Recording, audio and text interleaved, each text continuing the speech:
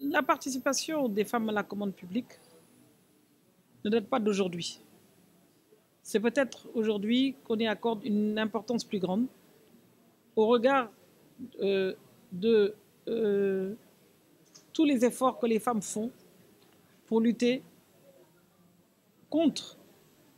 pour lutter pour une plus grande autonomisation, mais également pour pouvoir participer de manière concrète au développement de notre pays.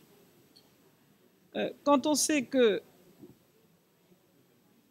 seul 1% de la commande publique est entre les mains des femmes, cela veut dire sous un autre rang que 99% est au moins des hommes. Donc il y a une inégalité qui est là, qu'il convient de rétablir et qui a son soubassement sur plusieurs faits.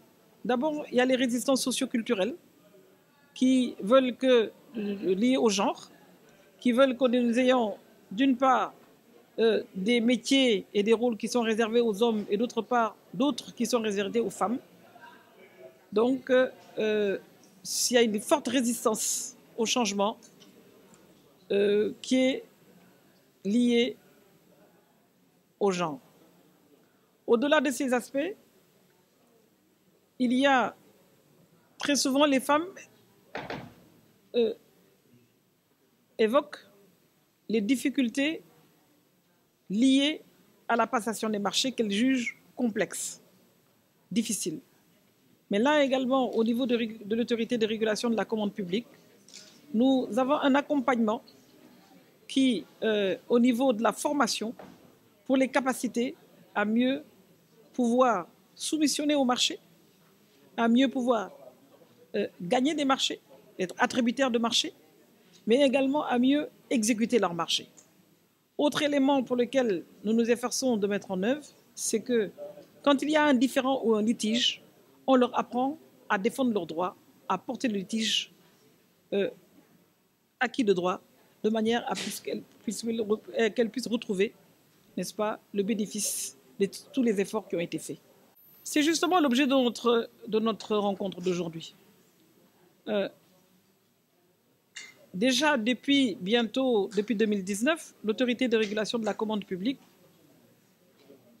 s'efforce à trouver des réponses positives à l'accès des femmes à la commande publique, notamment avec une étude que nous appelons étude Carapace, qui permet de voir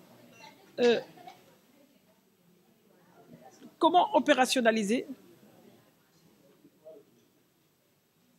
les actions au niveau des femmes et commandes publiques.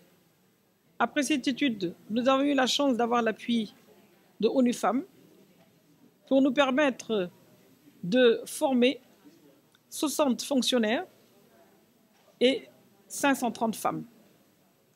Donc, ce travail nous a pris pratiquement 2 longues années et nous avons terminé la première phase.